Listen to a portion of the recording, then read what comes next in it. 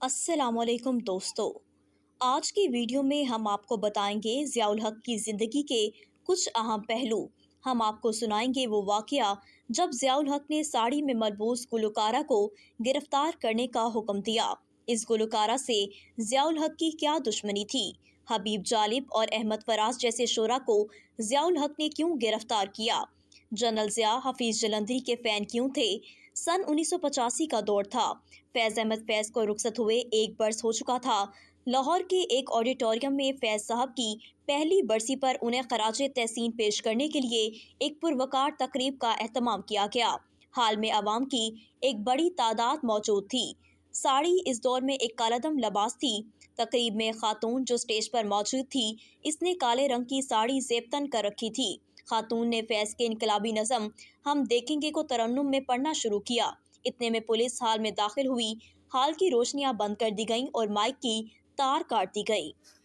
दोस्तों, इस तमाम तर कार्रवाई के बावजूद खातून ने नज़म पढ़ना जारी रखा और हाल में मौजूद अवाम अपनी नशिस्तों से उठ खड़े हुए और जब तक नज़म मुकम्मल नहीं हुई, तमाम हाल हम हवास होकर फैज़ की नज़म से गूंजता रहा।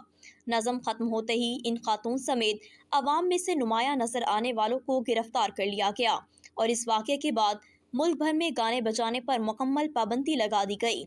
गिरफ्तार की जाने वाली खातून गुलकारा कोई और नहीं बल्कि इकबाल बानो थीं।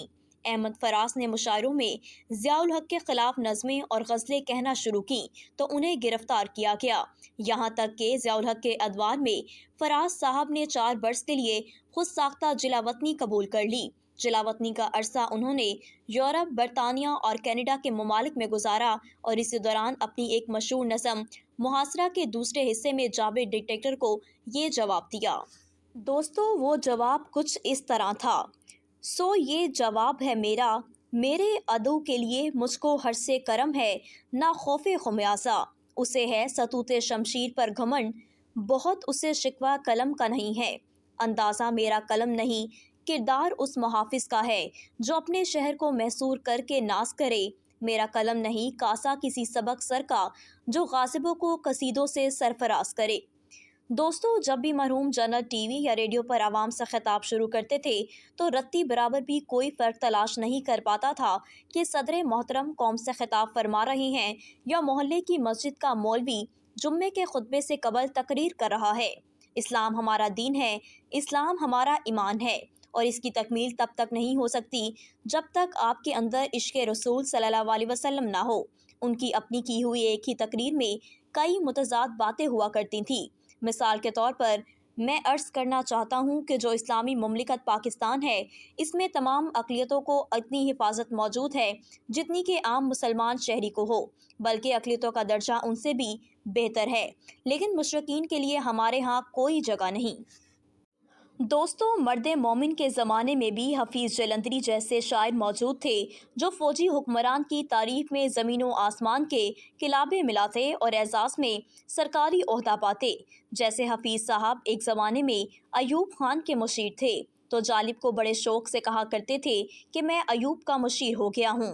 अयूब रात को सोते में उठा देता है, फ़ोन पर पूछता है, हफीज़ मैं क्या करूँ, ये काले कोटों वाले, ये कॉलेजों वाले बड़ा हंगामा करते हैं।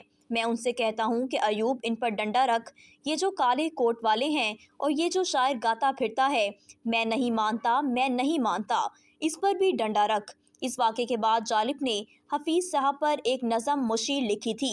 ज़ियाउल हक का ज़माना जालिब के लिए ज़्यादा तकलीफ़ दे था। 80 की दिहाई में कराची प्रेस क्लब ने जालिब को लाइफ टाइम मेंबरशिप दी और ख़त लिखा कि आप आएँ और कोई ताज़ा नज़म लाए। शाम ढले जब तकरीब शुरू हुई तो जालिब साहब माइक पर आए और कहने लगे कि मैं जो नज़म आखिर में सुनाना चाहता था वो सबसे पहले सुनाऊंगा। फिर अपने खूबसूरत तरन्नुम में जालिब ने अपनी ये शोहरा आफाक नज़म सियासी घुटन के दौर में पढ़ी। दोस्तों, वो मशहूर नज़म कुछ इस तरह थी कि जुल्मत को ज़िया, सरसर को सबा, बंदे को खुदा क्या लिखना। प्रेस क्लब की इस तकरीब के बाद लाहौर पहुंचते ही जालिब गिरफ्तार हो गए और पंजाब की बदनामी ज़माना मियांवाली जेल में रखे गए। जेल में चंद अयाम गुजारे ही थे कि चौधरी ज़हूर इलाही का पैगाम मौसूल हुआ।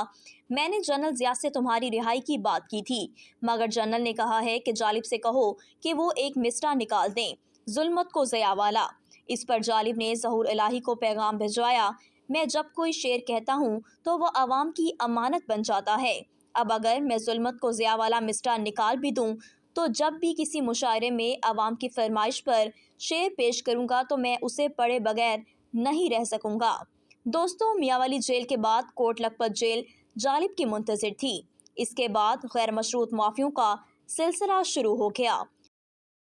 دوستوں، بہت سارے لوگ ضیاء الحق سے معافی مانگ کر رہا ہوئے اور بعد میں ایم پی اے اور ایم این اے بن گئے۔